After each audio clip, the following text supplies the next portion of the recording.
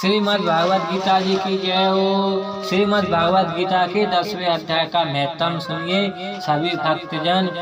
भगवान शिव कहते हैं, सुंदरी अब तुम 10वें अध्याय के महत्म की परम पावन कथा सुनो, जो स्वर्ग रूपी दुर्गा में जानने के लिए सुंदर सपने और प्रभाव की चरम सीमा है। काशीपुरी में धीर बंधु नाम से विख्यात एक ब्राह्मण था, जो मुझे में प्रिय नंदी के सामने भक्ति रखना था। वह पावन कार्तिक के अर्जुन में तप पर रहने वाला, शांति चिंतन और हिंसा कठोरता एवं दुख साहस से दूर रहने वाला था। जितेंद्रिय होने के कारण वह निर्वित मार्ग में ही स्थिर रहता था। उसने वेद रूपी समुद्र का पार पा लिया था। वह संपूर्ण शास्त्रों के तत्व का ज्ञाता था। उसका चिंतन सदैव ही ध्यान में सलह रहता था। वह मन को अंतर आत्मा में लगाकर सदा अंतर आत्मा तत्वों का साक्षात्कार किया करता था। अतः जब वह चलने लगता तब मैं प्रेम बस उसके पीछे दौड़ दौड़ कर उसके हाथों का सहारा लेता था। यह देखकर मेरे पार्षद भिंडीराज पूछे, भगवान इस प्रकार भल किसने आपका दर्शन किया होगा? इस महान मुनि ने कौन सा तप एवं जप किया है कि स्वयं आप ही पद पद पर इसके हाथ का सहारा लेते चलते हैं? भिंडी का यह प्रश्न सुनकर मैंने इस प्रकार उत्तर देना आरंभ किया। एक समय की बात है, कैलाश पर्वत के पश्चिम भाग में पुन्नक वन के भीतर चंद्रमा की अमृतमयी किरणों से भूली हुई भूमि में एक वेदी का आश्रय लेकर मैं बैठा हुआ था। मेरे बैठने के क्षण भर बाद ही सांस बड़ी जोर की आंधी उठी। वहाँ के वृक्षों की शाखाएं नीचे ऊपर होकर आपस में टकराने लगी। कितने ही टकरानी टूटकर बिखर गई। पर्वत की अविचलित छाया भी हिलने लगी। इसके बाद वह महान भयंकर शब्द हुआ, जिससे पर्वत की कंधाओं पृथ्वी ध्वनि के हो उठे। तत्क्षण पर आकाश से कोई विशाल पक्षी उतरा, जिसकी कीमती पाल मेघ के समान थी। वह कुंजल की राशि, अंधकार के समूह अथवा पंख कटे हुए काल के पर्वत सा जान पड़ता था। पैरों के पृथ्वी का सहारा लेकर उस पक्षी ने मुझे प्रणाम किया और एक सुंदर नवीन कमल मेरे चरणों में रखकर स्पष्ट वाणी में स्मृति करना आरंभ की। पक्षी बोला, देव आपकी जय हो। आप चंद्रदान माई, साधुओं के सागर तथा जगत के पालन है। सदा सद्भाव बन से युक्त और आसन सुक्तियों की लहर से उखित आपके बेभाव का कहीं अंत नहीं है। आपकी जय हो। आदित्य वासनाओं से परिपूर्ण बुद्धि के द्वारा आप त्रिभुज मूल से रहित हैं। आप जितेंद्र भक्तों के अधीन रहते हैं तथा ध्यान में आपके स्वरूप साक्षात्कार होता है। आप विद्यामान उपधांत से रहित, नित्य मुक्त, निराकार, निर्मय, असीम अहंकार शून्य अवतारण रहित और निर्गुण हैं। आपके चरण कमल इस शरणागत भक्ति की रक्षा करने में प्रबल है। अपने भयंकर लटा रूपी महेशवती विष जल से अपने कामदेव को भस्म किया है। आपकी जय हो। आप प्रत्यक्ष आदि परिणामों से दूर होते हुए भी परिणाम स्वरूप हैं। आपको बारंबार नमस्कार है। चिंतन के सब स्वामी और त्रिभुवन रूपी धारी आपकी परिणाम है।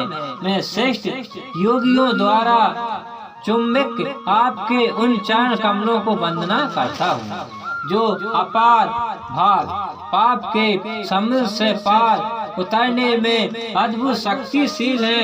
महादेव साक्षात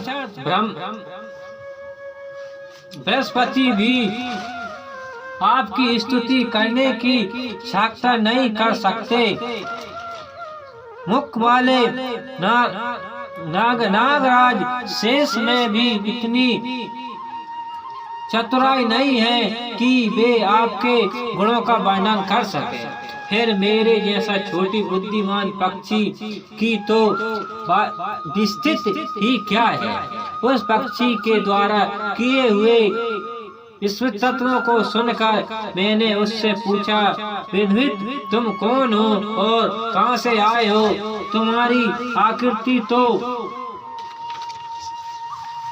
हंस जैसी है मगर रंग कोयल का मिला है। तुम किस प्रयोजन को लेकर आए हो उसे बताओ।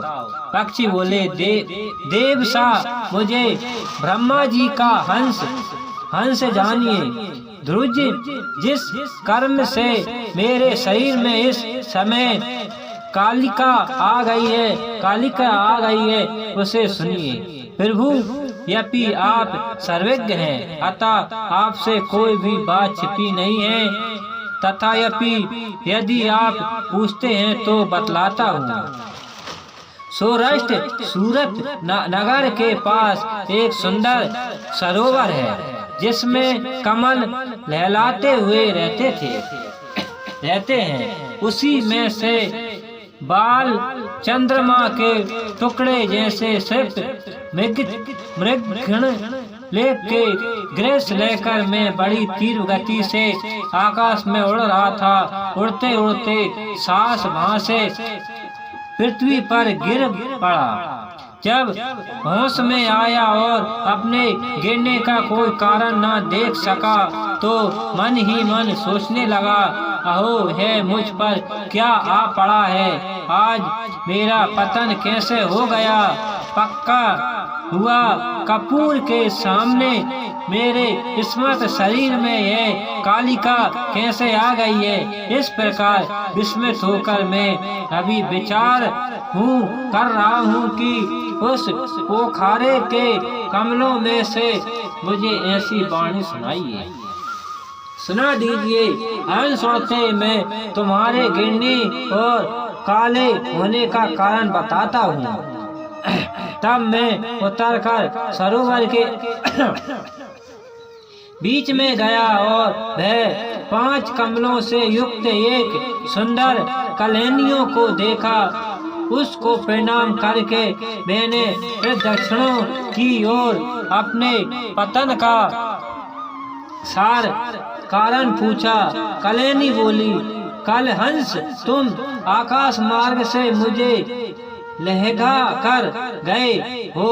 उसी पातक के परिणाम वंश तुम्हें पृथ्वी पर गिरना पड़ा है तथा उसी के कारण तुम्हारा शरीर में कालिका दिखाई देती है। तुम गिर देखो, मेरे हृदय में दया भर आई है और जब मैं इस माध्यम कमल के द्वारा बोलने लगी हूँ उस समय मेरे मुख से निकली हुई सुगंधों को सूंघकर 60,000 भावरों स्वर्ग लोक को प्राप्त हो गए हैं।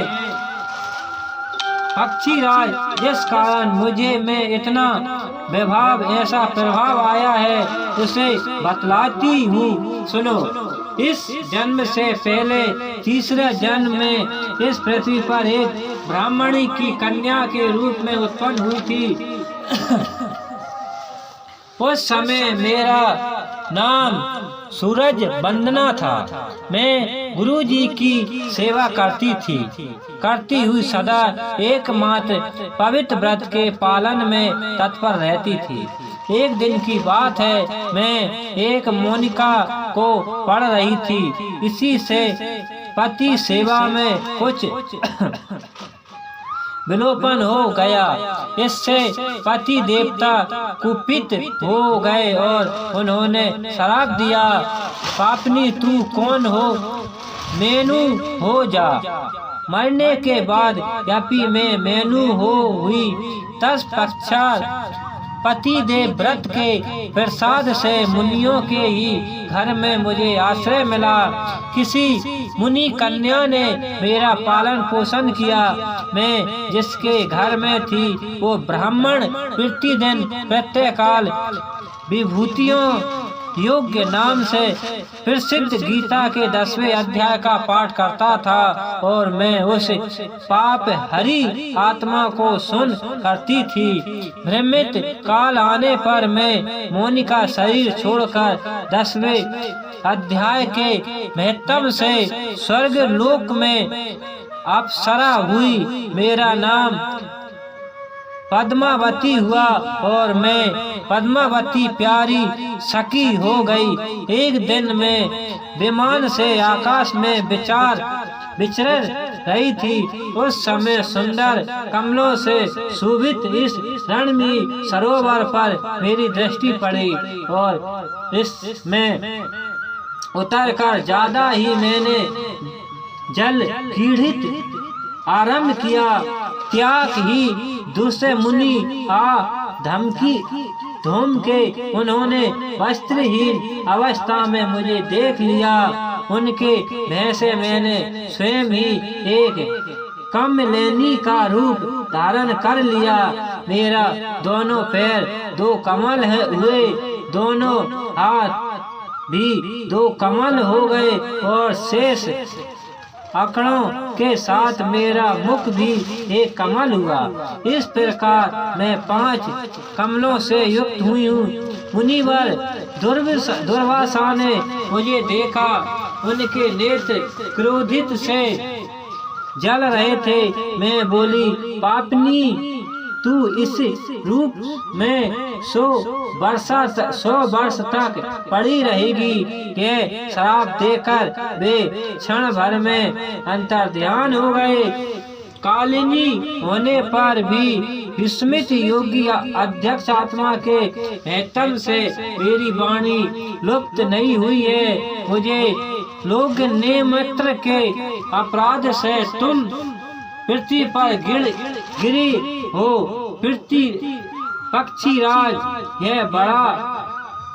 पक्षीराज यह खड़े हुए तुम्हारे सामने ही आज मेरे श्राप की निमित्ति हो रही है, क्योंकि आज 100 वर्ष पूरे हो गए हैं। मेरे द्वारा गाए जाते हुए उस उत्तम अध्यापक को तुम भी सुन लो। उसके श्रवण मात्र से तुम भी आज ही मुक्त हो जाएंगे। यह कहकर पहनियों ने स्पष्ट और सुंदर वाणी में 10वें अध्याय का पाठ किया और वे मुक्त हो गए। उसे सुनने के बाद उसी के दिए हुए इस उत्तम कमलों को लेकर मैंने आपको अर्पण किया है। इतनी कथा सुनकर उस पक्षी ने अपने शरीर त्याग दिया। यह एक अद्भुत सी घटना हुई। वह पक्षी अब 10वें अध्याय के प्रभाव से ब्राह्मण कुल में उत्पन्न हुआ था। जन्म से ही अभ्यस्त होने के कारण सोवे वस्तुस्थल में ही इसके मुख से सदा गीता के 10वें अध्याय का उच्चारण हुआ करता है।